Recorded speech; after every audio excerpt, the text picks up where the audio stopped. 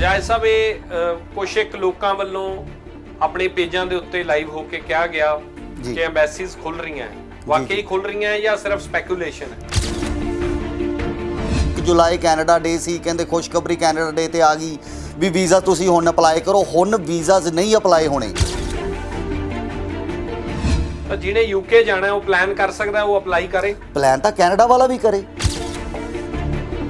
ਜੋ ਪੀਆਰ ਲਈ ਤੁਹਾਨੂੰ 471 ਤੱਕ ਇੱਕ ਵਾਰ ਸਕੋਰ ਚੱਲ ਗਿਆ ਸੀ, ਅੱਜ ਜੋ 423 ਆ 423 ਸਕੋਰ ਤੇ ਉਹ ਆ ਗਿਆ ਵੀ ਤੁਸੀਂ ਆਪਦਾ ਜੇ ਪੀਆਰ ਅਪਲਾਈ ਕਰਨੀ, ਤੁਹਾਨੂੰ 1 ਸਾਲ ਦਾ ਘੱਟੋ ਘੱਟ ਐਕਸਪੀਰੀਅੰਸ ਆਪਦੀ ਰੈਲੇਵੈਂਟ ਫੀਲਡ ਦੇ ਵਿੱਚ ਤੁਸੀਂ ਜੌਬ ਕੀਤੀ ਆ ਤੇ ਤੁਸੀਂ ਕੈਨੇਡੀਅਨ ਪੀਆਰ ਬਹੁਤ ਆਰਾਮ ਨਾਲ ਲੈ ਸਕਦੇ ਹੋ। ਮੈਨੂੰ ਲੱਗਦਾ 10 ਲੱਖ ਰੁਪਏ ਦੇ ਵਿੱਚ ਬੰਦਾ ਜੈਨੂਇਨਲੀ ਉੱਥੇ ਜਾਂਦਾ। ਮੈਂ ਕਹਿੰਦਾ ਬੰਦਾ 3 ਤੋਂ 3.5 ਲੱਖ ਚ ਕੈਨੇਡਾ ਜਾਂਦਾ ਆ। ਪੀਆਰ ਜਾਂ ਤਾਂ ਤੁਸੀਂ ਡਾਇਰੈਕਟ ਅਪਲਾਈ ਕਰ ਸਕਦੇ ਹੋ ਜਾਂ ਤੁਹਾਡੀ ਪੀਆਰ ਆਈਆਰਸੀਸੀ ਸੀਆਰਸੀਸੀ ਮੈਂਬਰ ਅਪਲਾਈ ਕਰ ਸਕਦਾ ਆ। ਇੱਥੋਂ ਵਾਲੇ ਏਜੰਟ ਅਪਲਾਈ ਨਹੀਂ ਕਰ ਸਕਦੇ, ਤੁਹਾਨੂੰ ਮਿਸਗਾਈਡ ਕਰਦੇ ਆ ਵੀ ਐਦਾਂ ਹੋ ਜਾਊਗਾ ਉੱਦਾਂ ਹੋ ਜਾਊਗਾ।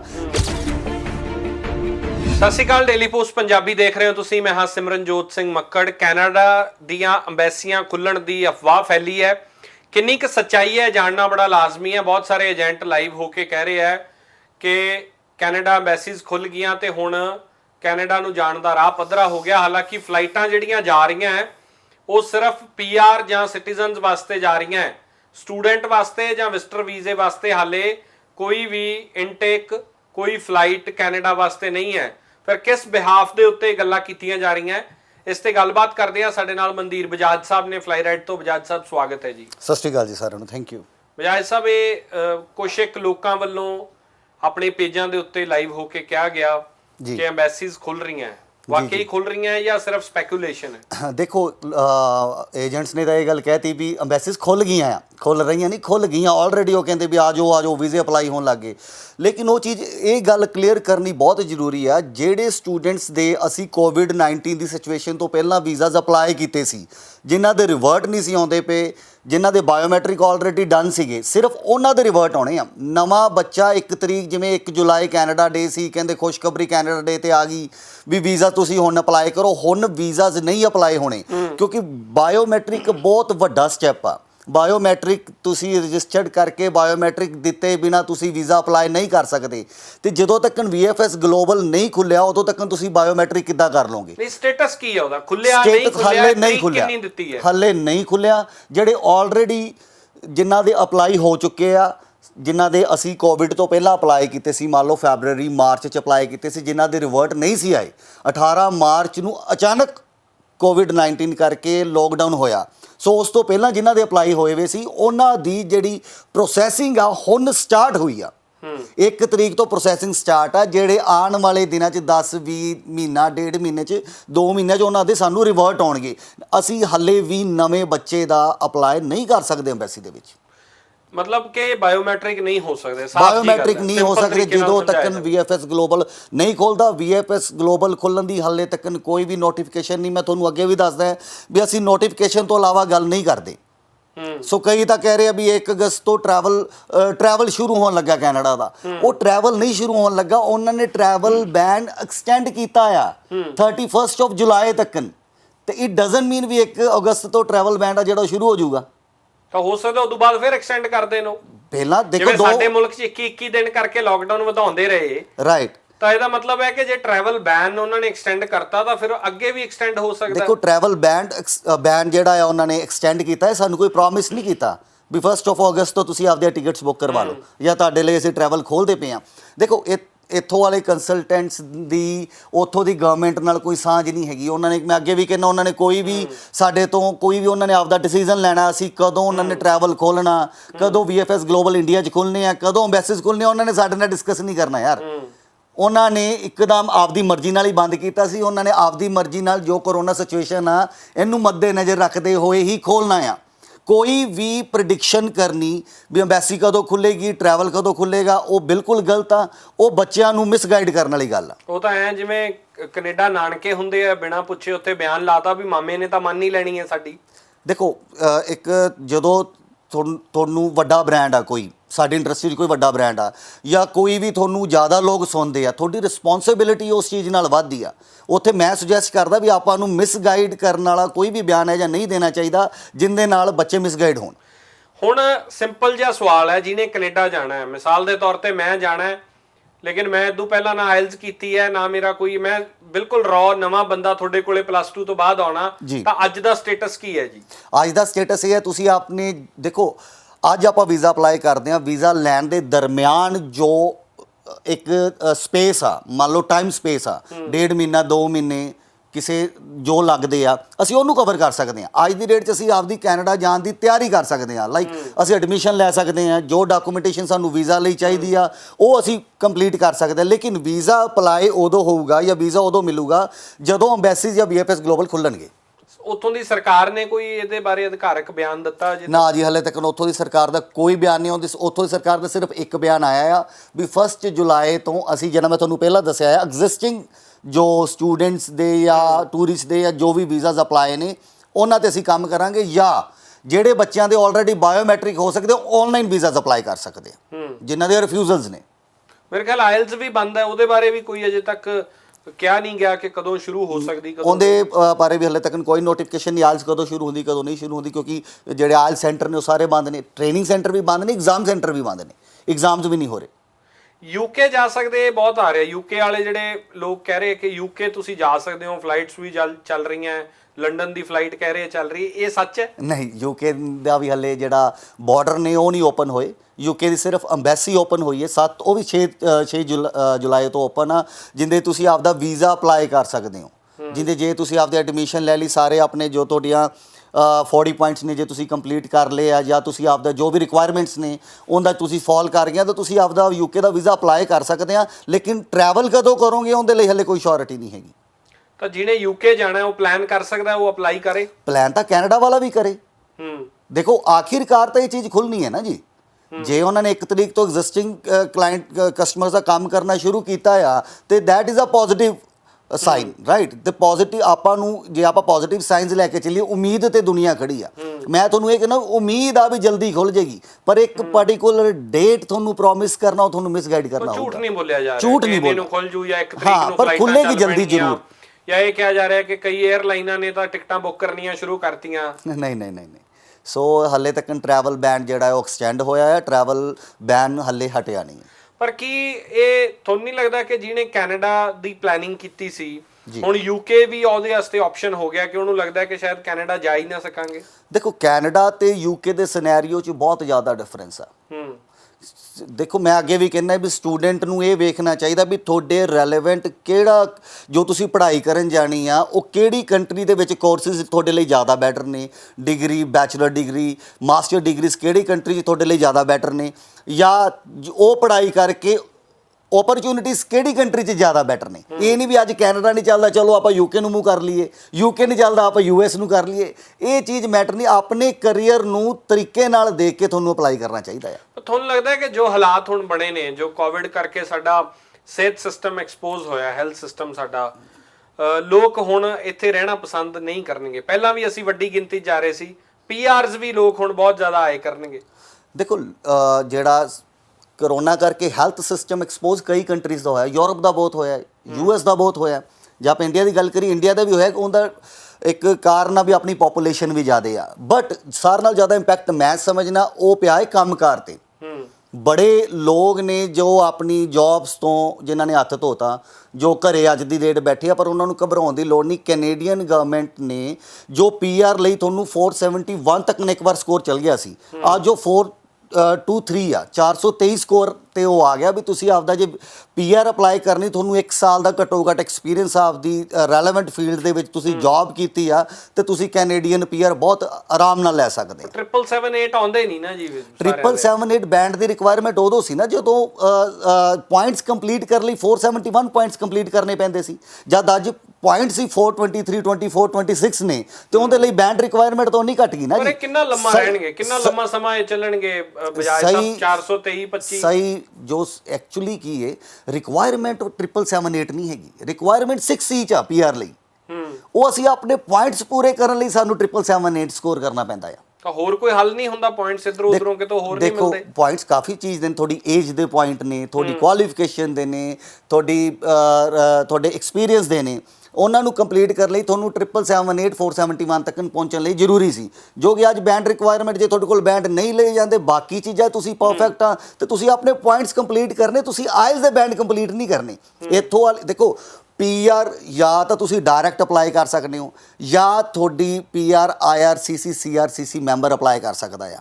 ਇੱਥੋਂ ਵਾਲੇ ਏਜੰਟ ਅਪਲਾਈ ਨਹੀਂ ਕਰ ਸਕਦੇ, ਤੁਹਾਨੂੰ ਮਿਸਗਾਈਡ ਕਰਦੇ ਆ ਵੀ ਐਦਾਂ ਹੋ ਜਾਊਗਾ, ਉੱਦਾਂ ਹੋ ਜਾਊਗਾ। ਇੱਕ ਰਿਕੁਆਇਰਮੈਂਟ ਨਾ ਜੀ ਨਾ, ਰਿਕੁਆਇਰਮੈਂਟ ਵੀ ਇਹਨਾਂ ਨੇ 777 ਬੈਂਡ ਦੱਸਤੀ ਸਾਰਿਆਂ ਨੂੰ, ਜਦ ਕਿ ਰਿਕੁਆਇਰਮੈਂਟ 6 ਈਚ ਬੈਂਡ ਆ। ਤੁਸੀਂ ਵੀ ਨਹੀਂ ਕਰ ਸਕਦੇ? ਅਸੀਂ ਕਰਦੇ, ਅਸੀਂ ਐਸੋਸੀਏਟ, ਅਸੀਂ ਸੀਆਰਸੀ ਆਈਆਰਸੀਸੀ ਤੇ ਸੀਆਰਸੀਸੀ ਰਜਿਸਟਰਡ ਕੰਸਲਟੈਂਟ ਹੈ। ਸੋ ਤੁਸੀਂ ਜਿਹੜੇ ਵੈਸੇ ਜਿਹੜੇ ਨਹੀਂ ਹੁੰਦੇ ਉਹ ਨਹੀਂ ਅਪਲਾਈ ਕਰ ਸਕਦੇ ਜੀ, ਪੀਆਰ ਨਹੀਂ ਅਪਲਾਈ ਕਰ ਸਕਦੇ। ਥਾਂ ਤੇ ਲੱਗੇ ਪਏ ਆ ਪੀਆਰ ਅਪਲਾਈ ਕਰਨ? ਨਹੀਂ, ਉਹ ਪੀਆਰ ਨਹੀਂ ਕਰ ਸਕਦੇ ਜੋ ਉੱਥੇ ਰਜਿਸਟਰਡ ਨਹੀਂ ਹੈਗੇ। ਅਕਸਰ ਹੁੰਦਾ ਇਹ ਹੈ 60-70 ਹਜ਼ਾਰ ਰੁਪਇਆ ਪੀਆਰ ਅਪਲਾਈ ਕਰਨ ਦਾ ਲੈ ਲਿਆ ਜਾਂਦਾ ਹੈ, 6-8 ਮਹੀਨੇ ਸਾਲ ਬਾਅਦ 30,000 ਕੱਟ ਕੇ ਬਾਕੀ ਮੋੜ ਦਿੱਤੇ ਜਾਂਦੇ ਆ। ਉਹ ਮਿਸਗਾਈਡ ਕਰਨ, ਫਿਰ ਗੱਲ ਮਿਸਗਾਈਡ ਤੇ ਆ ਗਈ ਨਾ। ਮਿਸਗਾਈਡ ਤਾਂ ਕਈ ਤਰੀਕਿਆਂ ਨਾਲ ਲੋਕਾਂ ਨੂੰ ਕਰਿਆ ਜਾ ਰਿਹਾ। ਸਟੂਡੈਂਟਸ ਨੂੰ ਜਿਨ੍ਹਾਂ ਦਾ ਬਹੁਤ ਸਿੰਪਲ ਪ੍ਰੋਸੈਸ ਆ, ਇੱਕ ਕਾਲਜ ਤੁਸੀਂ ਐਡਮਿਸ਼ਨ ਲੈ ਲਈ, ਤੁਸੀਂ ਫੀਸ ਭਰਤੀ, ਉਸ ਤੋਂ ਬਾਅਦ ਤੁਹਾਡੀ ਅੰਬੈਸੀ ਫੀਸ ਆ, ਤੁਸੀਂ ਆਪਦਾ ਵੀਜ਼ਾ ਅਪਲਾਈ ਕਰਨਾ, 4 ਡਾਕੂਮੈਂਟ ਲਾਉਣੇ, ਤੁਸੀਂ ਆਪਦਾ ਵੀਜ਼ਾ ਅਪਲਾਈ ਕਰ ਦੇਣਾ। ਉਹਦੇ ਵਿੱਚ ਵੀ ਬੱਚਿਆਂ ਨੂੰ ਬਹੁਤ ਜ਼ਿਆਦਾ ਮਿਸਗਾਈਡ ਕੀਤਾ ਜਾ ਰਿਹਾ ਹੈ। ਤੇ ਪੀਆਰ ਦਾ ਜਿਹੜਾ ਪ੍ਰੋਸੈਸ ਹੈ ਉਹ ਥੋੜਾ ਕੰਪਲਿਕੇਟਿਡ ਤਾਂ ਹੈਗਾ ਹੀ ਆ ਨਾ ਜੀ, ਤੇ ਉਹਦੇ 'ਚ ਮਿਸਗਾਈਡ ਕਰਨਾ ਤਾਂ ਜ਼ਿਆਦਾ ਹੀ ਸੀ, ਉਹਦੇ 'ਚ ਵੀ ਮਿਸਗਾਈਡ ਕਰਦੇ ਪਏ। ਅਕਸਰ ਇਹ ਹੁੰਦਾ ਸੀ ਕਿ ਸਟੂਡੈਂਟ ਇੱਥੋਂ ਜਾਂਦਾ ਸੀ, ਉੱਥੇ ਜਾ ਕੇ 2-4 ਸਾਲ ਲਾ ਕੇ ਫਿਰ ਉਸ ਤੋਂ ਬਾਅਦ ਪੀਆਰ ਦਾ ਸੋਚਦਾ ਸੀਗਾ, ਜੋ ਜੀ ਪ੍ਰਚਲਿਤ ਚੀਜ਼ ਸੀਗੀ ਜੀ। ਤੁਹਾਨੂੰ ਲੱਗਦਾ ਹੁਣ ਇਹ ਜਿਹੜਾ ਵਧੂਗਾ ਚੱਲਣ ਕਿ ਲੋਕ ਸੋਚਣਗੇ ਇੱਥੋਂ ਪੀਆਰ ਲੈ ਕੇ ਹੀ ਉੱਥੇ ਜਾਇਆ ਜਾਏ? ਦੇਖੋ ਉੱਥੋਂ ਦੀ ਗਵਰਨਮੈਂਟ ਨੂੰ ਵੀ ਜਿਹੜੀ ਰਿਕੁਆਇਰਮੈਂਟ ਬਹੁਤ ਜ਼ਿਆਦਾ ਆ, ਉੱਥੇ ਜੌਬ ਓਪਰਚੁਨਿਟੀਜ਼ ਕਾਫੀ ਨੇ। ਪੀਆਰ ਦੇਣ ਦਾ ਜਾਂ ਸਕੋਰ ਡਾਊਨ ਕਰਨ ਦਾ ਰੀਜ਼ਨ ਹੀ ਇਹੀ ਆ ਵੀ ਉਹਨਾਂ ਨੂੰ ਜ਼ਿਆਦਾ ਲੋਕ ਚਾਹੀਦੇ ਆ। ਤੇ ਜੋ ਆਪਾਂ ਇੰਡੀਅਨ ਹੈ, ਕਿਉਂਕਿ ਇੰਡੀਅਨ ਦਾ ਰੀਜ਼ਨ ਕੀ ਹੈ ਕਿ ਇੱਕ ਆਪਾਂ ਇੱਕ ਸਟਰੋਂਗ ਡੈਮੋਕ੍ਰੇਸੀ ਤੋਂ ਆਉਂਦੇ ਹਾਂ, ਇੱਕ ਆਪਣੇ ਇੰਡੀਅਨਸ ਨੇ ਬਹੁਤ ਨਾਮ ਕਮਾਇਆ, ਇੱਕ ਬਹੁਤ ਵੱਡੇ ਅਹੁਦਿਆਂ ਤੇ ਵੀ ਬੈਠੇ ਆ ਆਪਾਂ, ਬਟ ਇੱਕ ਚੰਗੇ ਸਿਟੀਜ਼ਨ ਵੀ ਬਣੇ ਆ ਉੱਥੇ ਜਾ ਕੇ। ਸੋ ਸਾਨੂੰ ਪ੍ਰਾਇੋਰਟੀ ਜਿਹੜੀ ਹੈ ਉਹ ਜ਼ਿਆਦਾ ਆ। ਬਾਕੀ ਕੰਟਰੀਜ਼ 'ਚ, ਚਾਈਨਾ 'ਚ ਆਪਾਂ ਕਹਿ ਲਈਏ ਕਰੋਨਾ ਕਰਕੇ ਜਾਂ ਹੋਰ ਕੰਟਰੀਜ਼ ਨਾਲੋਂ, ਮੈਂ ਸਮਝਦਾ ਇੰਡੀਆ ਨੂੰ ਜ਼ਿਆਦਾ ਪ੍ਰਾਇੋਰਟੀ ਆ। ਕਈ ਵੀਡੀਓਜ਼ ਵੀ ਆਉਂਦੀਆਂ, ਪਤਾ ਨਹੀਂ ਤੁਸੀਂ ਦੇਖੀ ਕਿ ਨਹੀਂ, ਜਿਹੜਾ ਰੈੱਡ ਲਾਈਟ ਤੇ ਕਾਰ ਦੇ ਧੂਏ ਤੇ ਸਟੰਟ ਮਾਰਦਾ ਮੁੰਡਾ ਸੀ, ਉਹ ਬਾਅਦ 'ਚ ਫੜਿਆ ਗਿਆ। ਇਹੋ ਜਿਹੀਆਂ ਵੀ ਐਗਜ਼ਾਮਪਲਸ ਆ ਰਹੀਆਂ। ਦੇਖੋ ਨੈਗੇਟਿਵ ਪੋਜ਼ਿਟਿਵ ਹਰ ਕਮਿਊਨਿਟੀ 'ਚ ਨੇ। ਆਕੀ ਯੰਗ ਬਲੱਡ ਆ, ਗਲਤੀਆਂ ਕਿੰਨੇ ਤੋਂ ਨਹੀਂ ਹੁੰਦੀਆਂ, ਗਲਤੀਆਂ ਕਰਦੇ ਉਹਨਾਂ ਦੀ ਸਜ਼ਾ ਭੁਗਤਦੇ ਆ, ਅਕਲ ਆਉਂਦੀ ਉਹਨਾਂ ਨੂੰ। ਜੇ ਚੰਡੀਗੜ੍ਹ 'ਚ ਬਹਿ ਕੇ ਗਲਤੀ ਹੋ ਸਕਦੀ ਹੈ ਤਾਂ ਟੋਰਾਂਟੋ 'ਚ ਬਹਿ ਕੇ ਬਿਲਕੁਲ ਹੋ ਸਕਦੀ ਹੈ ਜੀ ਗਲਤੀ। ਦੇਖੋ ਆਪਾਂ ਜੇ ਨੈਗੇਟਿਵ ਪੁਆਇੰਟ ਹੀ ਸਿਰਫ ਗਿਣੀ ਚੱਲਾਂਗੇ, ਆਪਾਂ ਪੋਜ਼ਿਟਿਵ ਦੇਖ ਲਈਏ, ਉੱਥੋਂ ਦੇ ਕਈ ਮਿਨਿਸਟਰਸ ਨੇ ਜਿਹੜੇ ਆਪਣੇ ਗੁਰਸਿੱਖ ਨੇ, ਆਪਣੇ ਇੰਡੀਅਨਸ ਨੇ। ਉੱਥੋਂ ਦੇ ਯੂਐਸ ਦੇ ਵਿੱਚ ਤੁਸੀਂ ਲਾ ਲਓ, ਨਾਸਾ 'ਚ ਕਿੰਨੇ ਆਪਣੇ ਲੋਕ ਨੇ। ਆਪਾਂ ਪੋਜ਼ਿਟਿਵ ਚੀਜ਼ਾਂ ਜ਼ਿਆਦਾ ਫੋਕਸ ਕਰੀਏ, ਉਹ ਆਪਣੇ ਲਈ ਜ਼ਿਆਦਾ ਬੈਟਰ ਆ। ਤੁਹਾਨੂੰ ਨਹੀਂ ਲੱਗਦਾ ਕਿ ਕੋਵਿਡ ਕਰਕੇ ਨੌਕਰੀਆਂ ਮਿਲ ਹੀ ਨਹੀਂ ਰਹੀਆਂ ਔਰ ਹੋਰ ਹਾਲਾਤ ਇਕਨੋਮਿਕਲੀ ਖਰਾਬ ਹੋਣਗੇ ਤਾਂ ਲੋਕ ਇੱਥੋਂ ਜਿਹੜੇ ਜਾਣਗੇ, ਸਟੂਡੈਂਟ ਖਾਸ ਤੌਰ ਤੇ, ਸਰਵਾਈਵਲ ਕਿਵੇਂ ਹੋਊਗਾ ਜੀ? ਦੇਖੋ ਜੌਬ ਓਪਰਚੁਨਿਟੀਜ਼, ਇੱਧਰ ਜੌਬਸ ਖਤਮ ਹੋਈਆਂ ਆ, ਉੱਧਰ ਜੌਬ ਓਪਰਚੁਨਿਟੀਜ਼ ਬਹੁਤ ਜ਼ਿਆਦਾ ਆ। ਕੋਈ ਮੇਰੇ ਸਟੂਡੈਂਟਸ ਨਾਲ ਗੱਲ ਹੋਈ, ਉਹ ਜੌਬ ਕਰਦੇ ਪਏ, ਉੱਥੇ ਕੋਈ ਪ੍ਰੋਬਲਮ ਇੱਥੋਂ ਜਿੰਨੀ ਪ੍ਰੋਬਲਮ ਨਹੀਂ ਆਈ। ਇੱਥੋਂ ਤਾਂ ਲੋਕਾਂ ਨੇ 80% ਆਪਣਾ ਸਟਾਫ ਲੇ ਆਫ ਕਰਤਾ ਆ, ਉੱਥੇ ਨਹੀਂ ਕੀਤਾ। ਉੱਥੇ ਚੱਲ ਰਿਹਾ, ਉੱਥੇ ਸਰਕਾਰ ਨੇ ਵੀ ਮੇਰੇ ਖਿਆਲ ਪੈਸਾ ਦਿੱਤਾ। ਦੇਖੋ ਜੇ ਉੱਥੇ ਤੁਹਾਨੂੰ ਜੌਬ ਨਹੀਂ ਮਿਲਦੀ ਵੀ ਐਟਲੀਸਟ ਤੁਹਾਨੂੰ ਘਰੇ ਬੈਠੇ ਤੁਹਾਨੂੰ ਪੈਸੇ ਵੀ ਤਾਂ ਮਿਲਦੇ ਪਏ ਆ। ਜੇ ਉੱਥੇ ਤੁਹਾਨੂੰ ਕੰਮ ਨਹੀਂ, ਤੁਸੀਂ ਭੁੱਖੇ ਨਹੀਂ ਮਰਦੇ। ਤੁਹਾਡੇ ਪਿੱਛੇ ਇੱਕ ਤੁਹਾਡੀ ਗਵਰਨਮੈਂਟ ਖੜੀ ਆ, ਜਿਨ੍ਹਾਂ ਨੇ, ਉਹ ਆਪਾਂ ਕਰੋਨਾ 'ਚ ਦੇਖ ਹੀ ਲਿਆ ਵੀ ਕਿੰਨੇ ਵਧੀਆ ਤਰੀਕੇ ਨਾਲ ਖੜੇ ਆ। ਕਿਸੇ ਦਾ ਤੁਹਾਨੂੰ ਕੈਨੇਡਾ, ਤੁਹਾਨੂੰ ਕਿੰਨੇ ਲੋਕ ਜਾਣਦੇ ਹੋਣਗੇ, ਕਿਸੇ ਨਾਲ ਕੰਟੈਕਟ ਕਰ ਲਓ ਵੀ ਤੁਸੀਂ ਕਿੰਨੀ ਦੇਰ ਉੱਥੇ ਭੁੱਖੇ ਰਹੇ, ਜੇ ਤੁਹਾਡੇ ਕੋਲ ਕੰਮ ਨਹੀਂ ਸੀ ਤਾਂ ਉਹ ਤੁਹਾਨੂੰ ਦੱਸ ਦੇਣਗੇ। ਵੈਸੇ ਪਿਛਲੀ ਵਾਰ ਆਪਣੀ ਗੱਲਬਾਤ ਹੋਈ ਸੀ ਕਿ ਆਸਟ੍ਰੇਲੀਆ ਆਲਮੋਸਟ ਇਸ ਸਾਲ ਅਸੀਂ ਸੋਚੀਏ ਨਾ ਜੀ, ਬਿਲਕੁਲ, ਤਾਂ ਕੈਨੇਡਾ ਜਾਂ ਯੂਕੇ ਇੱਕ ਟੈਂਟੇਟਿਵਲੀ ਤੁਹਾਨੂੰ ਕੀ ਲੱਗਦਾ ਹੈ ਕਿ ਸੈਪਟੈਂਬਰ, ਅਕਤੂਬਰ, ਨਵੰਬਰ, ਕਿਉਂਕਿ ਸਟੂਡੈਂਟ ਨੇ ਆਪਦਾ ਮਾਈਂਡ ਵੀ ਤਾਂ ਪ੍ਰਪੇਅਰ ਕਰਨਾ। ਮੱਕੜ ਸਾਹਿਬ, ਆਸਟ੍ਰੇਲੀਆ ਦੇਖੋ, ਆਪਾਂ ਫਿਰ ਗੱਲ ਕਰਦੇ ਹਾਂ ਨੋਟੀਫਿਕੇਸ਼ਨ ਤੇ ਜਾਂ ਬਿਆਨਾਂ ਤੇ। ਆਸਟ੍ਰੇਲੀਆ ਨੇ ਕਲੀਅਰਲੀ ਕਹਿਤਾ ਹੈ ਉਹਨਾਂ ਨੇ ਵੀ ਤੁਸੀਂ ਨਾ ਸੋਚੋ। ਇਹ ਮੈਂ ਨਹੀਂ ਕਹਿੰਦਾ ਵੀ ਤੁਸੀਂ ਨਾ ਸੋਚੋ, ਇਹ ਆਸਟ੍ਰੇਲੀਆ ਨੇ ਕਿਹਾ ਹੈ ਵੀ ਤੁਸੀਂ ਨਾ ਸੋਚੋ। ਫੈਬਰਰੀ ਇਨਟੇਕ 2021 ਹੀ ਤੁਹਾਨੂੰ ਮਿਲੂਗਾ। ਪਰ ਕੈਨੇਡਾ, ਯੂਕੇ ਇਹ ਸਟਿਲ ਸਤੰਬਰ ਇਨਟੇਕ ਲਈ ਪੋਜ਼ਿਟਿਵ ਨੇ। ਸਤੰਬਰ ਇਨਟੇਕ ਲਈ ਐਡਮਿਸ਼ਨਸ ਲੈ ਰਹੇ ਨੇ। ਸਤੰਬਰ ਇਨਟੇਕ ਲਈ ਉਹਨਾਂ ਦਾ ਕੋਈ ਬਿਆਨ ਨਹੀਂ ਆਇਆ ਵੀ ਅਸੀਂ, ਜੇ ਉਹਨਾਂ ਦਾ ਇਹ ਬਿਆਨ ਨਹੀਂ ਆਇਆ ਵੀ ਅਸੀਂ ਕਦੋਂ ਖੋਲ ਰਹੇ ਹਾਂ, ਉਹਨਾਂ ਦਾ ਇਹ ਬਿਆਨ ਵੀ ਆਇਆ ਅਸੀਂ ਕਦੋਂ ਨਹੀਂ ਖੋਲ ਰਹੇ। ਦੋਨੋਂ ਪਾਸੇ ਬਿਆਨ ਹੋ ਰਹੀਆਂ ਸਤੰਬਰ ਵਾਸਤੇ। ਬਿਲਕੁਲ ਐਡਮਿਸ਼ਨਸ ਹੋ ਰਹੀਆਂ। ਪਰ ਮੰਨ ਲਓ ਜੇ ਮਿਸਾਲ ਦੇ ਤੌਰ ਤੇ ਨਹੀਂ ਸਤੰਬਰ ਦੇ ਵਿੱਚ ਤੁਹਾਡੀਆਂ ਫਲਾਈਟਾਂ ਖੁੱਲਦੀਆਂ ਅਗਸਤ ਦੇ ਐਂਡ ਤੱਕ, ਤੇ ਕੋਈ ਬੰਦਾ ਸਤੰਬਰ ਲਈ ਅਪਲਾਈ ਕਰ ਦਿੰਦਾ ਤਾਂ ਉਹਦਾ ਪੈਸਾ ਖਰਾਬ? ਪੈਸਾ ਖਰਾਬ ਨਹੀਂ ਜੀ, ਉਹ ਜਿਹੜੀ ਡੈਫਰ ਹੋ ਜਾਊਗਾ ਜੀ, ਨੈਕਸਟ ਅਵੇਲੇਬਲ ਇਨਟੇਕ ਦੇ ਵਿੱਚ ਉਹ ਡੈਫਰ ਹੋਊਗਾ, ਉਹਦਾ ਪੈਸਾ ਖਰਾਬ ਨਹੀਂ ਹੋਊਗਾ। ਉਹ ਨੈਕਸਟ ਜਿਹੜਾ ਅਵੇਲੇਬਲ ਇਨਟੇਕ ਆ, ਜੇ ਮੰਨ ਲਓ ਇਸ ਸਿਚੁਏਸ਼ਨ ਕਰਕੇ ਪਰ flights ਇਸ ਨਹੀਂ ਗੱਲ ਖੁੱਲ ਦੀ ਰਹੀਆਂ। ਜ਼ਿੰਮੇਵਾਰੀ ਕਿਹਦੀ ਹੋਊਗੀ? ਇਸ ਗੱਲ ਦੀ ਜ਼ਿੰਮੇਵਾਰੀ ਦੇਖੋ ਏਜੰਟਸ ਲੈਣ, ਜਿਹੜੇ ਐਡਮਿਸ਼ਨਸ ਕਰਾਉਂਦੇ ਵੀ ਮੰਨ ਲਓ ਅਸੀਂ ਕਰਾਉਂਦੇ ਪਰ ਸਾਡੀ ਰਿਸਪੌਂਸਿਬਿਲਿਟੀ, ਅਸੀਂ ਉਹਨੂੰ ਡੈਫਰ ਕਰਾ ਕੇ ਦੇਵਾਂਗੇ। ਕਾਲਜ ਕਰਨਗੇ ਡੈਫਰ, ਸਾਡੇ ਕੋਲ ਨੋਟੀਫਿਕੇਸ਼ਨ ਨੇ। ਕਾਲਜਸ ਜੇ ਦੇਖੋ ਜਦੋਂ ਅਸੀਂ ਮਾਰਚ 'ਚ ਕਰੋਨਾ ਸ਼ੁਰੂ ਹੋ ਗਿਆ, ਮਾਰਚ ਅਪ੍ਰੈਲ ਤੋਂ ਐਡਮਿਸ਼ਨਸ ਬੰਦ ਨਹੀਂ ਹੋਈਆਂ ਸੀ, ਐਡਮਿਸ਼ਨਸ ਚੱਲਦੀਆਂ ਪਈਆਂ ਸੀ। ਤੋਂ ਅੱਜ ਵੀ ਚੱਲਦੀਆਂ ਡੈਫਰ, ਰਹੀਆਂ ਜਿੰਨੀ ਦੇਰ ਬਿਲਕੁਲ lockdown ਰਿਹਾ, ਬਿਲਕੁਲ ਉਨੀ ਦੇਰ ਬਿਲਕੁਲ admissions ਐਡਮਿਸ਼ਨਸ ਚੱਲਦੀਆਂ ਚੱਲਦੀਆਂ ਰਹੀਆਂ ਤੇ ਉਹ ਡੈਫਰ ਵੀ ਬੱਚੇ ਹੋਏ ਆ। ਸੋ ਕਾਲਜਸ ਯੂਨੀਵਰਸਿਟੀਜ਼ ਇੱਕ ਫੇਅਰ ਡੀਲ 'ਚ ਬਲੀਵ ਕਰਦੇ ਆ ਉੱਧਰ ਦੇ ਜਿਹੜੇ ਕਾਲਜਸ ਯੂਨੀਵਰਸਿਟੀਜ਼ ਨੇ, ਤੇ ਬਹੁਤ ਅੱਛਾ ਅਕੋਮੋਡੇਟ ਕਰ ਰਹੇ। ਕੋਈ ਐਦਾਂ ਦੀ ਗੱਲ ਨਹੀਂ ਵੀ ਉਹ ਕਹਿਣ ਵੀ ਅਸੀਂ ਡੈਫਰ ਨਹੀਂ ਕਰਦੇ ਆ ਕੁਝ ਵੀ। ਔਰ ਯੂਕੇ 'ਚ ਵੀ ਸੇਮ ਹਾਲਾਤ ਨੇ? ਬਿਲਕੁਲ UK ਬਿਲਕੁਲ। ਦੀਆਂ ਵੀ ਇੱਕ ਹੋਰ ਗੱਲ ਦੱਸਣਾ ਮੈਂ ਤੁਹਾਨੂੰ, ਮੰਨ ਲਓ ਜੇ ਡੈਫਰ ਨਹੀਂ ਕਰਨਗੇ ਤਾਂ ਫੀਸ ਵੀ ਤਾਂ ਉਹਨਾਂ ਨੂੰ ਰਿਫੰਡ ਕਰਨੀ ਪਊਗੀ। ਸੋ ਡੈਫਰ ਕਰਨਾ ਮੇਰੇ ਖਿਆਲ ਕੈਨੇਡਾ ਦੀ ਤਾਂ ਬਾਡੀ ਹੈ ਪ੍ਰੋਪਰ, ਜੇ ਤੁਸੀਂ ਫੀਸ ਤੁਹਾਨੂੰ ਰਿਫੰਡ ਕਰਨੀ ਪੈਂਦੀ ਹੈ ਕਾਲਜਸ ਨੂੰ। ਜੀ ਬਿਲਕੁਲ ਬਿਲਕੁਲ ਬਿਲਕੁਲ। ਉਹਨਾਂ ਦੇ ਆਪਦੇ ਅਲੱਗ ਉਹਨਾਂ ਨੇ ਪੋਰਟਲ ਬਣਾਏ ਨੇ ਜਿੱਥੇ ਤੁਸੀਂ, ਜੇ ਤੁਹਾਡੀ ਕਾਲਜ ਤੁਹਾਡੀ ਫੀਸ ਨਹੀਂ ਵਾਪਸ ਕਰਦਾ, ਤੁਸੀਂ ਉੱਥੇ ਕੰਪਲੀਟ ਕਰ ਸਕਦੇ ਹੋ। ਸਟੂਡੈਂਟ ਵਾਸਤੇ ਹੁਣ ਇੱਕ ਕਿਉਂਕਿ ਕੁਐਸਚਨ ਇਹ ਆਉਂਦਾ ਹੈ, ਇੱਥੋਂ ਦੀਆਂ ਯੂਨੀਵਰਸਿਟੀ ਕਾਲਜਸ ਤਾਂ ਕੰਪਲੀਟ ਬੰਦ ਨੇ, ਔਰ ਮੇਰੇ ਖਿਆਲ ਇਹ ਤਾਂ ਥਾਟ ਚਲਾ ਹੀ ਗਿਆ ਜੀ। ਇਹ ਵੀ ਕਿਹਾ ਗਿਆ ਸੀਗਾ ਕਿ ਆਨਲਾਈਨ ਪੜ੍ਹਾਈ ਕਰ ਲਓ, ਬਾਹਰ ਦੀ ਯੂਨੀਵਰਸਿਟੀ ਦਾਖਲਾ ਲਓ ਔਰ ਇੱਥੇ ਬਹਿ ਕੇ ਪੜ੍ਹੋ। ਇਸ ਤਰ੍ਹਾਂ ਵੀ ਪ੍ਰਚਲਨ ਹੋਇਆ? ਇਸ ਤਰ੍ਹਾਂ ਵੀ ਤੁਹਾਡੇ ਕੋਲੇ ਸਟੂਡੈਂਟਸ ਆਏ? ਮੈਂ ਉਸ ਚੀਜ਼ ਦੇ ਐਕਚੁਅਲੀ ਹੱਕ 'ਚ ਨਹੀਂ ਹੈਗਾ। ਤੁਸੀਂ ਆਪ ਪ੍ਰਮੋਟ ਨਹੀਂ ਕੀਤਾ? ਮੈਂ ਤੁਸੀਂ ਪ੍ਰਮੋਟ ਕਿਹਾ ਨਹੀਂ ਹੋਣਾ ਕੀਤਾ, ਚਾਹੀਦਾ। ਮੈਂ ਇਸ ਚੀਜ਼ ਦੇ ਹੱਕ 'ਚ ਨਹੀਂ ਹੁੰਦਾ। ਕਾਰਨ ਤੁਹਾਨੂੰ ਫਾਇਦਾ ਤਾਂ ਸੀਗਾ ਇਹਦੇ 'ਚ? ਦੇਖੋ ਅਸੀਂ ਪਹਿਲਾਂ ਸਾਡੇ ਲਈ ਫਾਇਦਾ ਹੈਗਾ ਸਾਡੇ ਸਟੂਡੈਂਟ ਦਾ। ਸਾਨੂੰ ਉੱਥੋਂ ਦੀ ਕਾਲਜ ਯੂਨੀਵਰਸਿਟੀ ਦੇ ਫਾਇਦੇ ਨਾਲੋਂ ਅਸੀਂ ਆਪਦੇ ਬੱਚੇ ਦਾ ਫਾਇਦਾ ਦੇਖਣਾ ਪਹਿਲਾਂ, ਜੋ ਸਾਡੇ ਕੋਲ ਇੱਥੇ ਆ। ਦੇਖੋ ਆਨਲਾਈਨ ਕਲਾਸਿਸ ਬੱਚਾ ਲੈ ਲੈਂਦਾ ਆ, ਮੰਨ ਲਓ ਵੀ ਸਮੈਸਟਰ ਇੱਕ ਪੜ੍ਹ ਲੈਂਦਾ ਆਨਲਾਈਨ, ਉਹਦੀ ਫੀਸ ਕੱਟੇਗੀ ਉਨੀ। ਸਮੈਸਟਰ ਦੀ ਫੀਸ ਆਪਣੇ ਵਾਲੇ 90% ਬੱਚੇ ਇੱਥੋਂ ਜਾਂਦੇ, ਉੱਥੇ ਕੰਮ ਕਰਕੇ ਆਪਦੀਆਂ ਫੀਸਾਂ ਪੇ ਕਰਦੇ ਆ, ਜੋ ਸੱਚਾਈ ਆ, ਰਾਈਟ। ਸੋ ਇੱਥੋਂ ਬੱਚੇ ਦੀ ਸਮੈਸਟਰ ਦੀ ਫੀਸ ਕੱਟੇਗੀ, ਉੱਥੇ ਉਦੋਂ ਬਾਅਦ ਜਦੋਂ ਐਮਬੈਸੀਜ਼ ਖੁੱਲ੍ਹਦੇ ਉਹ ਵੀਜ਼ਾ ਅਪਲਾਈ ਕਰੇ। ਕੀ ਕਾਲਜ ਯੂਨੀਵਰਸਿਟੀ ਗਾਰੰਟੀ ਨਹੀਂ ਇਸ ਗੱਲ ਦੀ ਦਿੰਦੇ ਵੀ ਅਸੀਂ ਇਹਨੂੰ ਵੀਜ਼ਾ ਇਹਨੂੰ 100% ਮਿਲੂਗਾ? ਮੰਨ ਲਓ ਵੀ ਤੁਸੀਂ ਆਪਦੇ ਸਮੈਸਟਰ ਦੀ 2-4 ਲੱਖ ਫੀਸ ਜਿਹੜੀ ਆ ਉਹ ਦੇਤੀ, ਤੁਸੀਂ ਆਨਲਾਈਨ ਪੜ੍ਹ ਲਏ। ਆਨਲਾਈਨ ਕਿੰਨਾ ਕੁ ਪੜ੍ਹਿਆ ਜਾਂਦਾ ਉਹ ਸਾਰਿਆਂ ਨੂੰ ਪਤਾ ਆ, ਜੋ ਨੌਲੇਜ ਗੇਨ ਹੁੰਦੀ ਆ, ਰਾਈਟ। ਤੇ ਉਸ ਤੋਂ ਬਾਅਦ ਤੁਹਾਨੂੰ ਵੀਜ਼ਾ ਵੀ ਨਾ ਮਿਲੇ ਤੇ ਉਹ ਗਲਤ ਗੱਲ ਨਹੀਂ ਆ। ਪੈਸਾ ਵੇਸਟ ਹੋ ਗਿਆ, ਪੈਸਾ ਵੇਸਟ ਹੋ ਗਿਆ, ਤੁਹਾਡਾ ਟਾਈਮ ਵੇਸਟ ਹੋ ਗਿਆ। ਲੋਕ ਕਰਜ਼ਾ ਵੀ ਚੱਕ ਕੇ ਬਾਹਰ ਜਾ ਰਹੇ ਆ, ਪੈਸਾ ਵੇਸਟ ਹੋ ਗਿਆ, ਔਖੇ ਹੋ ਕੇ ਫੀਸਾਂ ਭਰਦੇ ਆ। ਦੇਖੋ ਪੈਸਾ ਵੇਸਟ ਹੋ ਗਿਆ, ਟਾਈਮ ਵੇਸਟ ਹੋ ਗਿਆ। ਤੁਹਾਡੀ ਗੱਲ ਸਹੀ, ਬੱਚੇ ਔਖੇ ਹੋ ਕੇ ਲੋਕ ਬੱਚਿਆਂ ਦੀਆਂ ਫੀਸਾਂ ਭਰਦੇ ਆ। ਬੱਚੇ ਦਾ ਮੋਰਾਲ ਕਿੰਨਾ ਡਾਊਨ ਹੋਇਆ ਜਦੋਂ ਬੱਚੇ ਨੇ ਕੈਨੇਡਾ 'ਚ ਆਨਲਾਈਨ ਕਲਾਸ ਸ਼ੁਰੂ ਕਰਤੀ। ਬੱਚੇ ਨੇ ਇਹੋ ਫੀਲ ਲੈਣੀ ਨਾ ਮੈਂ ਕੈਨੇਡਾ ਪੜ੍ਹਦਾ ਪਿਆ, ਉਸ ਤੋਂ ਬਾਅਦ ਉਹਨੂੰ ਵੀਜ਼ਾ ਨਾ ਮਿਲੇ ਤੇ ਬੱਚੇ ਦੀ ਤੁਸੀਂ ਦੇਖੋ ਮੈਂਟਲ ਹੈਲਥ ਕਿੱਥੇ ਜਾਊਗੀ, ਜਾਂ ਮੈਂਟਲ ਸਟੇਟ ਬੱਚੇ ਦੀ ਕਿੱਥੇ ਜਾਊਗੀ। ਤੁਹਾਡੀ ਇੰਡਸਟਰੀ ਬਾਰੇ ਥੋੜੀ ਗੱਲ ਕਰਨਾ ਚਾਹੁੰਦਾ, ਕਿੰਨੀ ਕੁ ਹਿੱਟ ਹੋਈ ਹੈ ਇੰਡਸਟਰੀ? ਕਿੰਨਾ ਕਿ ਇਕਨੋਮਿਕਲੀ ਨੁਕਸਾਨ ਹੋਇਆ ਤੁਹਾਡੀ ਇੰਡਸਟਰੀ? ਇਕਨੋਮਿਕਲੀ ਦੇਖੋ ਜਦੋਂ ਵਪਾਰ ਬੰਦ ਹੁੰਦਾ ਇਕਨੋਮਿਕਲੀ ਨੁਕਸਾਨ ਤਾਂ ਹੁੰਦਾ ਹੀ ਹੈ ਜੀ, ਕਿਉਂਕਿ ਮੈਨੂੰ ਲੱਗਦਾ ਬਾਕੀ ਸਾਰਾ ਕੁਝ ਚੱਲ ਪਿਆ। ਇੱਕ ਜਿਮ ਮਾਲਕ ਪਰੇਸ਼ਾਨ ਨੇ, ਸਿਨੇਮਾ ਵਾਲੇ ਪਰੇਸ਼ਾਨ ਨੇ, ਜਾਂ ਇਮੀਗ੍ਰੇਸ਼ਨ ਵਾਲੇ ਪਰੇਸ਼ਾਨ ਨੇ। ਫੂਡ ਦਾ ਕੰਮ ਚੱਲ ਪਿਆ, ਰੈਸਟੋਰੈਂਟ ਚੱਲ ਪਏ, ਵਿਆਹ ਵੀ ਮਾੜੇ ਮੋਟੇ ਹੁਣ ਹੋਣ ਲੱਗ ਗਏ ਆ।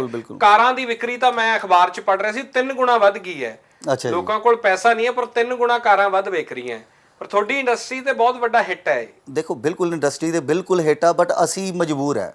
ਦੇਖੋ ਗਵਰਨਮੈਂਟ ਨੇ ਆਪਣੇ ਤਰੀਕੇ ਦੇ ਨਾਲ ਸਿਚੁਏਸ਼ਨਸ ਨੂੰ ਕੰਟਰੋਲ ਕਰਨਾ ਆ। ਹੁਣ ਸਾਡੀ ਇੰਡਸਟਰੀ ਦੀ ਗੱਲ ਕਰੀਏ ਤਾਂ ਮੇਨ ਕਰੋਨਾ ਆਇਆ ਟਰੈਵਲਿੰਗ ਕਰਕੇ। ਸੋ ਟਰੈਵਲਿੰਗ ਉਹਨਾਂ ਨੇ ਸੋਚ ਸਮਝ ਕੇ ਖੋਲ੍ਹਣੀ ਹੈ।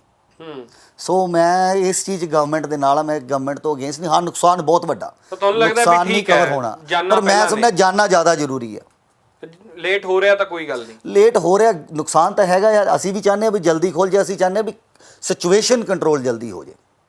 ਔਰ ਤੁਸੀਂ ਇਹ ਆਸਵੰਦ ਹੈਗੇ ਹੋ ਵੀ ਜੁਲਾਈ ਜੇ ਸੈਪਟੈਂਬਰ ਇਨਟੇਕ ਹੈ ਤਾਂ ਅਗਸਤ ਤੱਕ ਆਸਵੰਦ ਹੋ। ਸਿਰ ਦੇਖੋ ਕਿਉਂਕਿ ਲੋਕ ਤਾਂ ਕਹਿ ਰਹੇ ਤਰੀਕ ਤੋਂ ਖੁੱਲ ਜਾਣਾ ਹੈ। ਮੈਂ ਹਮੇਸ਼ਾ ਪੋਜ਼ਿਟਿਵ ਚੀਜ਼ਾਂ ਵੇਖਦਾ, ਮੈਂ ਪੋਜ਼ਿਟਿਵ ਹੀ ਸੋਚਦਾ, ਪੋਜ਼ਿਟਿਵ ਚੀਜ਼ਾਂ ਵੇਖਦਾ। ਮੈਂ ਨੈਗੇਟਿਵ ਚੀਜ਼ਾਂ ਵਾਲੇ ਬਹੁਤ ਘੱਟ ਧਿਆਨ ਦਿੰਦਾ। ਬਸ ਕਰੋਨਾ ਨੈਗੇਟਿਵ ਹੋਣਾ ਚਾਹੀਦਾ, ਬਾਕੀ ਸਾਰਾ ਕੁਝ ਪੋਜ਼ਿਟਿਵ, ਬਾਕੀ ਸਾਰਾ ਕੁਝ ਪੋਜ਼ਿਟਿਵ ਚਾਹੀਦਾ। ਗੱਲ ਤੁਹਾਡੀ ਸਹੀ ਆ। ਸੋ ਮੈਂ ਇਹ ਸੋਚਦਾ ਜੇ ਉਹਨਾਂ ਨੇ 1 ਤਰੀਕ ਤੋਂ ਆਨਲਾਈਨ ਜਿਹੜੇ ਅਪਲਾਈਡ ਨੇ ਜਾਂ ਉਹਨਾਂ ਲਈ ਸ਼ੁਰੂ ਕਰਤਾ ਆ ਪ੍ਰੋਸੈਸ, ਤੇ ਹੋਪਫੁਲੀ ਜੇ ਯੂਕੇ 6 ਤਰੀਕ ਨੂੰ ਖੁੱਲਦਾ ਪਿਆ ਤਾਂ ਕੈਨੇਡਾ ਵੀ ਜਲਦੀ ਖੁੱਲੂਗਾ। ਬਟ ਇੱਕ ਡੇਟ ਦੇਣੀ ਉਹ ਮਿਸਗਾਈਡ ਕਰਨਾ ਆ। ਉਹ ਗੱਲ ਉਹੀ ਵੀ 99.9% ਅਸੀਂ ਸ਼ੋਰ ਹਾਂ ਵੀ ਲਾਈਫ ਬॉय ਤਰ੍ਹਾਂ ਜਾਂ ਕਿਸੇ ਵੀ ਬ੍ਰਾਂਡ ਤਰ੍ਹਾਂ ਵੀ ਕੀਟਾਣੂ ਮਰ ਜਾਣਗੇ, ਤੇ ਉਹ 100% ਸ਼ੋਰ ਹੋਣਾ ਜ਼ਰੂਰੀ ਹੈ। ਜਿਹੜੇ ਝੂਠ ਵਾਲੇ ਕੀਟਾਣੂ ਉਹ ਕਿੱਥੇ ਮਰਦੇ? ਉਹ ਫਿਰ 0.1% 'ਚ ਰਹਿ ਜਾਂਦੇ ਆ ਨਾ ਜੀ। 15-15 20 ਲੱਖ ਰੁਪਇਆ ਲਾ ਕੇ ਹੁਣ ਲੋਕਾਂ ਨੇ ਜਾਣਾ ਵੀ ਹੈ ਔਰ ਉਹ ਰਿਸਕ ਵੀ ਲੈਣ ਕਿ ਆਨਲਾਈਨ ਪੜ੍ਹਾਈ ਹੈ, ਪਤਾ ਨਹੀਂ ਕਦੋਂ ਖੁੱਲਣਾ ਹੈ, ਨਹੀਂ ਖੁੱਲਣਾ, ਆਇਲਸ ਹੋਣੀ ਨਹੀਂ ਹੋਣੀ।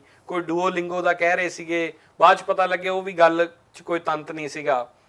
ਇੰਨੇ ਪੈਸੇ ਲਾ ਕੇ ਘੱਟੋ ਘੱਟ ਸਿਕਿਉਰਿਟੀ ਤਾਂ ਹੋਣੀ ਚਾਹੀਦੀ ਹੈ, ਸੱਚ ਤਾਂ ਹੋਵੇ ਜੀ। ਦੇਖੋ ਸਟੂਡੈਂਟਸ ਨੂੰ ਮੈਂ ਅੱਗੇ ਵੀ ਬੇਨਤੀ ਕਰਨਾ ਵੀ ਸਟੂਡੈਂਟ ਵੀਜ਼ਾ ਇੱਕ ਸਿੰਪਲ ਜਿਹਾ ਪ੍ਰੋਸੈਸ ਹੈ। ਜੇ ਤੁਸੀਂ ਆਪਣਾ ਸਟੂਡੈਂਟ ਵੀਜ਼ਾ ਅਪਲਾਈ ਕਰਨਾ, ਜੇ ਉਸ ਚੀਜ਼ ਨੂੰ ਤੁਸੀਂ ਹੁਣ ਇੱਥੇ ਨਹੀਂ ਸਮਝ ਸਕਦੇ, ਤੁਹਾਨੂੰ ਉੱਥੇ ਜਾਣ ਦਾ ਕੋਈ ਫਾਇਦਾ ਨਹੀਂ।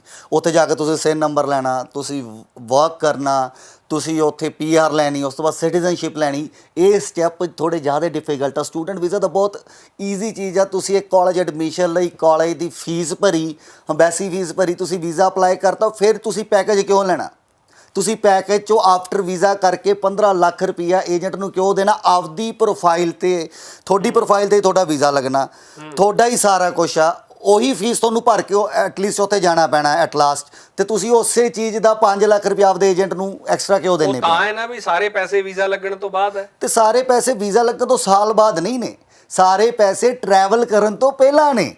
ਉਹ 1.5 ਮਹੀਨੇ, ਤੁਸੀਂ 1.5 ਮਹੀਨਾ ਵੇਟ ਕਰਨ ਨਾਲ, ਦੇਖੋ ਤੁਸੀਂ ਆਪਦੀ ਕਾਲਜ ਨੂੰ ਡਾਇਰੈਕਟ ਫੀਸ ਭਰੋ, ਆਪਣੀ ਕਾਲਜ ਤੋਂ ਕਨਫਰਮ ਕਰੋ ਵੀ ਅਸੀਂ ਡਾਇਰੈਕਟ ਫੀਸ ਸਾਡੀ ਆਈ ਹੈ ਨਹੀਂ ਆਈ। ਜੋ ਤੁਸੀਂ ਪੈਸਾ ਦੇਣਾ, ਏਜੰਟਸ ਕਿੱਥੇ ਡਾਇਰੈਕਟ ਫੀਸਾਂ ਭਰਨ ਦਿੰਦੇ ਆ? ਮੈਂ ਸੁਣਿਆ ਕਿ ਉਹਨਾਂ ਦੀ ਕਮਿਸ਼ਨ ਆਉਂਦੀ ਹੈ ਫੀਸਾਂ ਦੇ ਵਿੱਚੋਂ, ਡਾਇਰੈਕਟ ਭਰਨ ਹੀ ਨਹੀਂ ਦਿੰਦੇ ਉਹ ਫੀਸ। ਸਟੂਡੈਂਟ ਨੂੰ ਇਹ ਚੀਜ਼ ਸਮਝ ਨਹੀਂ ਪਊਗੀ, ਸਟੂਡੈਂਟ ਨੂੰ ਇਹ ਚੀਜ਼ ਸਮਝ ਨਹੀਂ ਪਊਗੀ। ਜੇ ਸਟੂਡੈਂਟ ਆਪਦਾ ਫਾਇਦਾ ਚਾਹੁੰਦਾ ਆ, ਉਹਨੂੰ ਸਟੱਡੀ ਵੀਜ਼ਾ ਬਹੁਤ ਸਿੰਪਲ ਜੀ ਚੀਜ਼ ਆ। ਤੁਹਾਨੂੰ ਮੰਨ ਲਓ ਇੱਕ ਆਪਾਂ ਕੈਨੇਡਾ ਦੀ ਗੱਲ ਕਰਦੇ ਆ, ਤੁਹਾਨੂੰ ਲੈਟਰ ਆਫ ਐਕਸੈਪਟੈਂਸ ਚਾਹੀਦੀ ਆ, ਤੁਸੀਂ ਅੰਬੈਸੀ ਫੀਸ ਭਰਨੀ, ਜੋ ਡਾਕੂਮੈਂਟੇਸ਼ਨ ਤੁਹਾਡਾ ਏਜੰਟ ਤੁਹਾਨੂੰ ਸੁਜੈਸਟ ਕਰਦਾ ਵੀ ਇਹ ਨਾਲ ਲੱਗਣੀ, ਲਾ ਕੇ ਤੁਸੀਂ ਵੀਜ਼ਾ ਅਪਲਾਈ ਕਰੋ। ਫਿਰ ਤੁਸੀਂ ਜੋ ਪੈਸਾ ਦੇਣਾ ਕੰਸਰਨ ਅਥਾਰਟੀ ਨੂੰ ਡਾਇਰੈਕਟ ਦਿਓ, ਤੁਸੀਂ ਨਾ ਤਾਂ ਆਪਣੇ ਏਜੰਟ ਦੇ ਹੱਥ ਦਿਓ ਨਾ ਕਿਸੇ ਦੇ ਹੱਥ ਦਿਓ।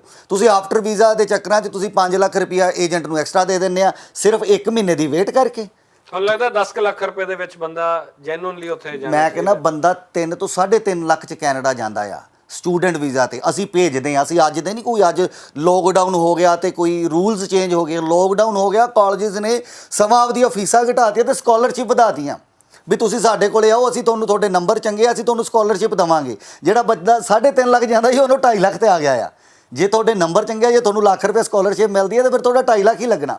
ਸਾਡੇ ਤੁਸੀਂ ਇੰਸਟਾਗ੍ਰਾਮ, ਫੇਸਬੁੱਕ ਤੇ ਫਲਾਈਰੇਟ ਵੀਜ਼ਾ ਕੰਸਲਟੈਂਟ ਦੇ ਟੈਸਟੀਮੋਨੀਅਲ ਜਾ ਕੇ ਚੈੱਕ ਕਰੋ। ਬਹੁਤ ਦੁਨੀਆ ਆ ਜਿਹੜੀ 2,80,000, 3 ਲੱਖ, 3.5 ਲੱਖ, ਡਿਪੈਂਡ ਕਰਦਾ ਤੁਹਾਡੀ ਕਾਲਜ ਫੀਸ ਕਿੰਨੀ ਆ। ਤੁਸੀਂ 3-3.5 ਲੱਖ ਲਾ ਕੇ ਤੇ ਕੈਨੇਡਾ ਜਾ ਸਕਦੇ ਆ।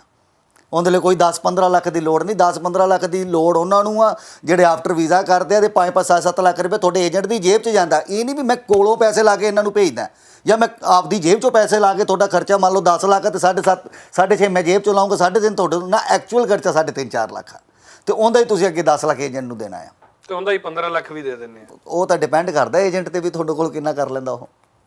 ਬਹੁਤ ਧੰਨਵਾਦ, ਤੁਸੀਂ ਸਮਾਂ ਦਿੱਤਾ, ਸਾਡੇ ਕੋਲ ਆਏ। ਔਰ ਇਹ 3.5-4 ਲੱਖ ਵਾਲੀ ਗੱਲ ਕਿੰਨੀ ਸਹੀ ਹੈ। ਲੋਕਡਾਊਨ ਖੁੱਲਣ ਤੋਂ ਬਾਅਦ ਫਲਾਈਟਾਂ ਚੱਲਣ ਤੇ ਤੁਸੀਂ ਪਹਿਲਾਂ ਵੀ ਇਸ ਤਰ੍ਹਾਂ ਪਹਿਲਾਂ ਅਸੀਂ ਭੇਜ ਰਹੇ ਹਾਂ ਜੀ, ਕਹਿ ਨਹੀਂ ਚੁੱਕੇ ਹਾਂ, ਅਸੀਂ ਭੇਜ ਰਹੇ ਹਾਂ ਮੱਕੜ ਸਾਹਿਬ। ਮੈਂ ਤੁਹਾਨੂੰ ਪ੍ਰੂਫ ਦਈ ਹੈ ਨਾ, ਤੁਸੀਂ ਟੈਸਟੀਮੋਨੀਅਲਸ ਇੰਸਟਾਗ੍ਰਾਮ ਤੇ ਫਲਾਈਰੇਟ ਵੀਜ਼ਾ ਕੰਸਲਟੈਂਟ ਨੂੰ ਫੋਲੋ ਕਰੋ ਜਾਂ ਫੇਸਬੁੱਕ ਤੇ ਕਰੋ, ਤੁਸੀਂ ਟੈਸਟੀਮੋਨੀਅਲ ਚੈੱਕ ਕਰ ਲਓ। ਬਿਲਕੁਲ ਠੀਕ ਹੈ, ਬਹੁਤ ਧੰਨਵਾਦ ਸਾਨੂੰ ਸਮਾਂ ਦੇਣ ਵਾਸਤੇ। Thank you. ਸੋ ਫਲਾਈਰਾਈਡ ਤੋਂ ਮਨਦੀਰ ਬਜਾਜ ਸਾਹਿਬ ਨੇ ਕਲੀਅਰ ਕੀਤਾ ਕਿ ਜੋ ਲੋਕ ਇਹ ਕਹਿ ਰਹੇ ਆ ਕਿ ਕੈਨੇਡਾ ਦੀਆਂ ਐਮਬੈਸੀਜ਼ ਖੁੱਲ ਗਈਆਂ, ਬਿਲਕੁਲ ਗਲਤ ਗੱਲ ਹੈ। ਹਾਲੇ ਤੱਕ ਕੋਈ ਸਰਕਾਰੀ ਤੌਰ ਤੇ ਨੋਟੀਫਿਕੇਸ਼ਨ ਨਹੀਂ ਹੈ। ਔਰ ਜਿਹੜੀਆਂ ਫਲਾਈਟਸ ਦਾ ਵੀ 1 ਅਗਸਤ ਦਾ ਕਿਹਾ ਜਾ ਰਿਹਾ ਸੀਗਾ ਕਿ ਫਲਾਈਟਾਂ ਚੱਲ ਸਕਦੀਆਂ, ਤਾਂ ਉਹ ਟਰੈਵਲ ਬੈਨ 31 ਤੱਕ ਐਕਸਟੈਂਡ ਕੀਤਾ। ਚੱਲ ਵੀ ਸਕਦੀਆਂ ਤੇ ਉਸ ਤੋਂ ਬਾਅਦ ਬੈਨ ਐਕਸਟੈਂਡ ਵੀ ਹੋ ਸਕਦਾ, ਦੋਨੋਂ ਗੱਲਾਂ ਹੀ ਨੇ। ਫਿਲਹਾਲ ਇਸ ਪੇਸ਼ਕਸ਼ 'ਚ ਨਹੀਂ, ਇਜਾਜ਼ਤ ਦਿਓ, ਧੰਨਵਾਦ।